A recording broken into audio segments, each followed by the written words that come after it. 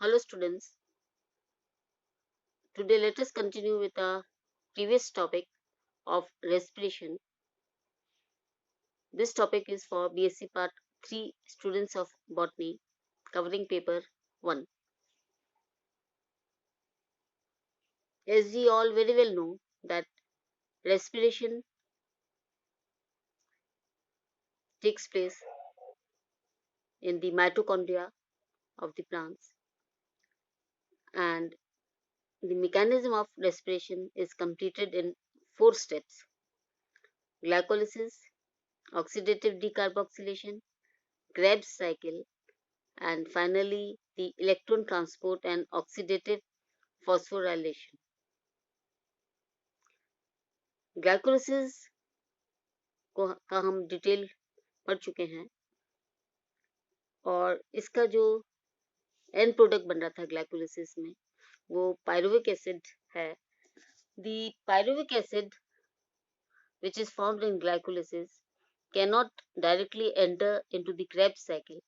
It has to be converted into acetyl coenzyme A. The oxidative decarboxylation reaction takes place in the cytoplasm, and here the pyruvic acid reacts with coenzyme A and NAD is oxidatively decarboxylated. One molecule of carbon dioxide is released and NAD is reduced. Pyruvic acid is converted into acetyl coenzyme A. ये जो pyruvic acid बन रहा है glycolysis में, ये directly Krebs cycle में enter नहीं हो सकता है. इसी कारण इसका छोटे छोटे फ्रैगमेंट्स कोएंजाइम ए के फॉर्म में ब्रेक डाउन होना आवश्यक होता है. तो पायरुविक एसिड, एनएडी और कोएंजाइम ए मिलकर एसिटाइल कोएंजाइम ए बनाते हैं और इसमें कार्बन डाइऑक्साइड रिलीज होता है और एनएडी कन्वर्ट होता है NADH2 में. Krebs cycle. Krebs cycle mitochondria में इसकी स्टेप्स होती हैं. Oxidation of pyruvic acid into carbon dioxide, water and energy is called Krebs cycle. Krebs cycle was discovered by Krebs in 1936.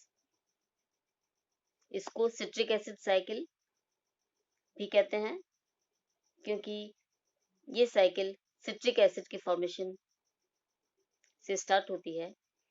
It is also called as tricarboxylic acid cycle because citric acid has 3 carboxylic acid groups. The reaction of this cycle occur inside the mitochondria, so it is also called as mitochondrial respiration. This is the third step in cellular respiration, and it occurs inside the matrix of the mitochondria. It is an aerobic process, and the raw material for Krebs cycle is pyruvic acid. Pyruvic acid is converted into acetyl coenzyme A. The acetyl coenzyme A combines with oxaloacetic acid to form citric acid. The citric acid is converted into oxaloacetic acid through a series of reactions, and the oxaloacetic acid again combines with acetyl coenzyme A and the cycle is repeated. Krebs cycle yields 1 ATP per pyruvic acid via substrate level phosphorylation. तो ये जो Krebs cycle है ये mitochondria के matrix में इसकी steps होती हैं और ये पायरुविक एसिड एंटर होता है Krebs साइकिल में in the form of acetyl coenzyme A.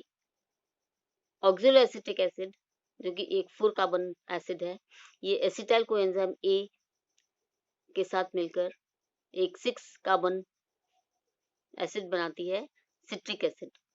Citric acid convert होती है 5 carbon atom alpha ketoglutaric acid में, और alpha ketoglutaric acid 4 carbon atom acid में कन्वर्ट होती है, दी सक्सिनिक एसिड, और सक्सिनिक एसिड कन्वर्ट होती है फ्यूमेरिक एसिड जो भी 4 कार्बन एसिड है, malic acid again 4 carbon acid, और फाइनली ऑक्सिलो एसिटिक एसिड जो कि 4 कार्बन एसिड है। और इस तरह से ये साइकिल रिपीट होती है। ऑक्सिलो एसिटिक एसिड फिर से एक एसिटाइल कोएंजाइम ए का मॉलिक्यूल लेता है और ये 6 कार्बन एसिड सिट्रिक एसिड बनाती है। इस तरह से ये क्रेब्स साइकिल ऑपरेट होती है। इसके अगर हम डिटेल स्टेप्स देखें क्रेब्स साइकिल की, तो हम कह सकते हैं ये जो एसिटाइल कोएंजाइम ए कंडेंस होता है ऑक्सिलो एसिटिक एसिड एक कंडेंसिंग एंजाइम के प्रेजेंस में और वाटर मॉलिक्यूल के प्रेजेंस में to form citric acid. So acetyl coenzyme A condenses with oxaloacetic acid in the presence of condensing enzyme and water molecule to form citric acid. The citric acid is dehydrated in the presence of aconitase to form cis-aconitic acid. The cis-aconitic acid is converted into isocitric acid using a water molecule in the presence of the enzyme aconitase. The isocitric acid is oxidized to oxalosuccinic acid in the presence of isocitric dehydrogenase. Coenzyme 2, that is NADP, is reduced in this reaction. Oxalosuccinic acid is decarboxylated in the presence of oxalosuccinic decarboxylase to form a 5 carbon acid, the alpha ketoglutaric acid. Here, a second molecule of carbon dioxide is released. Now, the alpha ketoglutaric acid reacts with coenzyme A and NAD in the presence of alpha ketoglutaric acid dehydrogenase complex and is oxidatively decarboxylated to form succinyl coenzyme A. And a third molecule of carbon dioxide is released.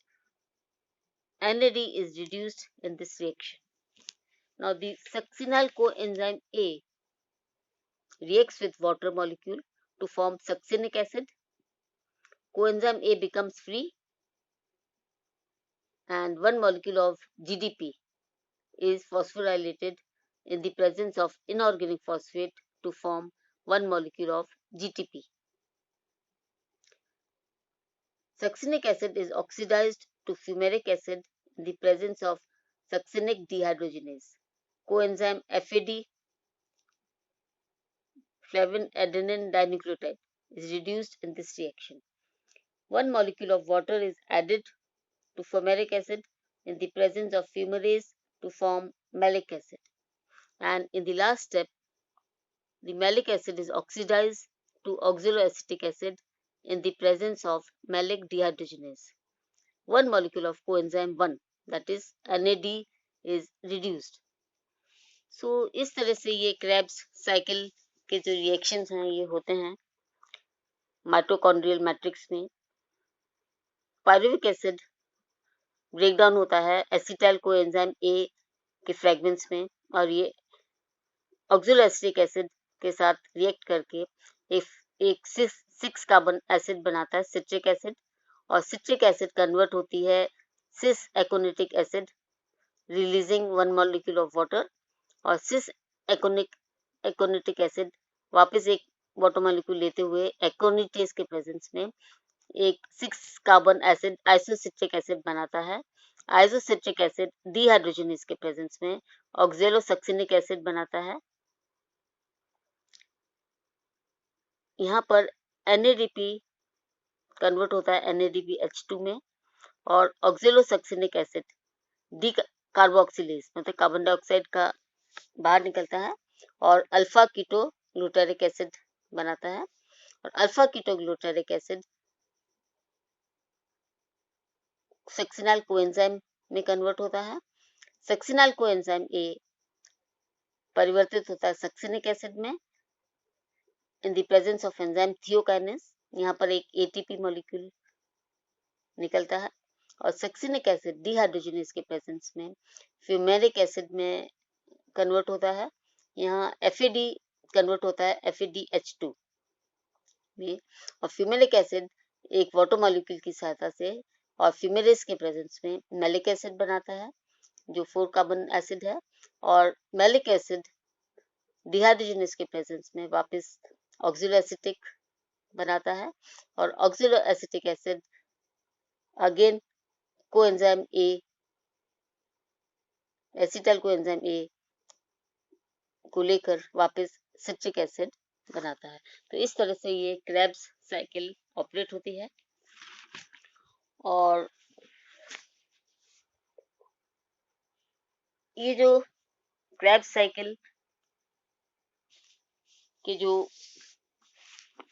Coenzymes बनते हैं इनका ऑक्सीकरण होना बहुत आवश्यक है। तो ये जो बायोलॉजिकल ऑक्सीडेशन क्रेब साइकिल में जो निकलने वाली ऊर्जा है ये अधिकतर किसी यौगिक से हाइड्रोजन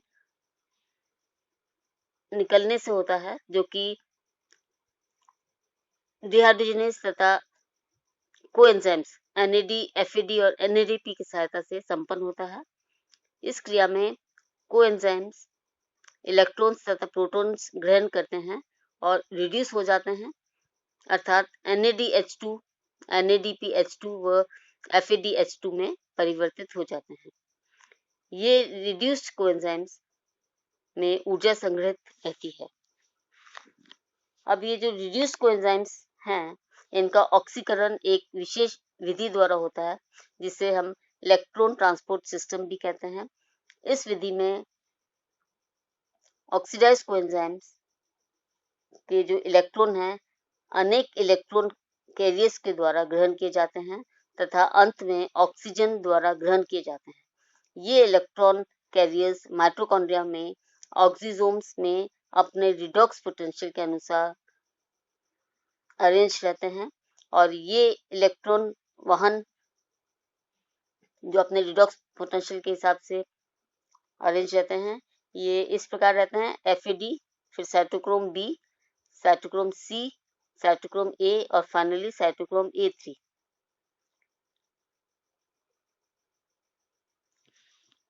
जो रिड्यूस्ड कोएंजाइम्स के ऑक्सीकरण में साइटोक्रोम का बहुत योगदान होता है। साइटोक्रोम्स में आयरन होता है जो कि इलेक्ट्रॉन्स ग्रहण करके Fe+2 तथा इलेक्ट्रॉन देकर Fe+3 में परिवर्तित हो जाते हैं। इलेक्ट्रॉन ट्रांसपोर्ट सिस्टम के समय 3 स्थानों पर ऊर्जा निकलती है जो कि ATP अणु के संश्लेषण में प्रयुक्त हो जाती है और अंत में इलेक्ट्रॉन ऑक्सीजन को दिया जाता है जिसके फलस्वरूप जल का निर्माण होता है। इस प्रकार NADH2 तथा NADPH2 के अणु के ऑक्सीकरण के फलस्वरूप 3 ATP अणु बनते हैं तथा हाफ ऑक्सीजन प्रयुक्त होती है और FeDH2 के अणु से ऑक्सीकरण के समय केवल 2 ATP अणुओं का निर्माण होता है। तो ये ऑक्सीडेटिव फॉस्फोराइलेशन में जो इलेक्ट्रॉन कैरियर्स हैं ये अपने रिडॉक्स पोटेंशियल के अनुसार अरेंज रहते हैं। नाउ जो लास्ट स्टेप है वो है ऑक्सीडेटिव फॉस्फोराइलेशन या electron transport system. The system of electron carriers located in the inner mitochondrial membrane for the oxidation of reduced coenzymes is called electron transport system। तो electron transport system क्या है? जो electron carriers arrange रहते हैं mitochondrial membrane के inner side में जिनके द्वारा रिड्यूस कोएंजाइम्स का ऑक्सीडेशन होता है उस चेन को हम इलेक्ट्रॉन ट्रांसपोर्ट सिस्टम या इलेक्ट्रॉन ट्रांसपोर्ट चेन कहते हैं। ये कैटेलाइज करती है इलेक्ट्रॉन फ्लो का NADH2 या FADH2 से ऑक्सीजन में, और फाइनली इलेक्ट्रॉन एक्सेप्टर जो कि ऑक्सीजन है, reduce coenzyme NADH2 या FADH2 split into oxidized coenzyme NAD और FAD, 2 ions, H plus ions and 2 electrons. ये जो ions और electrons, they cannot directly combine with oxygen to form water. It is transported to oxygen atom through a series of electron carriers. और ये electron carriers जैसे कि मैंने बताया, they are arranged according to their redox potential, and the electron cytochrome oxidase at the end of the ETS combines with electrons with oxygen to form oxygen ions. The oxygen ions readily combine with water ions to form water. Now, during this electron transport, free energy is released at several points for the conservation of ADP and inorganic phosphate into ATP. Now, what is the net gain of ATP molecules in aerobic respiration? तो aerobic respiration में जो net gain ATP molecules का है वो 38 ATP molecules प्राप्त होते हैं। अगर स्टेप वाइज हम देखें एटीपी मॉलिक्यूल्स का डिटेल, तो in the process of glycolysis we get a total of 8 ATP molecules. 2 ATP molecules are formed directly. 2 molecules of NADH2 are formed, which give rise to 6 ATP molecules, because one molecule of NADH gives rise to 3 molecules of ATP. When pyruvic acid is converted into acetyl coenzyme A, 2 molecules of NADH are produced, which give rise to 6 ATP molecules. And in the citric acid cycle, 6 molecules of NADH are produced, giving rise to 18 ATP molecules. And also in this cycle, 2 molecules of FADH are formed, which give rise to 4 ATP molecules. There is a gain of 2 molecules of GTP, which give rise to 2 ATP molecules. So in citric acid cycle, a total of 24 ATP molecules are formed. So overall, we get 38 ATP molecules in the whole process of aerobic respiration, but 2 molecules of ATP are consumed in the process of glycolysis. So there is a net gain of 36 ATP molecules in the process of respiration. तो students, ये detailed है respiration के बारे में, और कुछ एक short notes जो पूछे जाते हैं वो PDF के फॉर्म में आपको शेयर किया जाएगा। इस तरह से हमारा रेस्पिरेशन का टॉपिक कवर होता है। Thank you.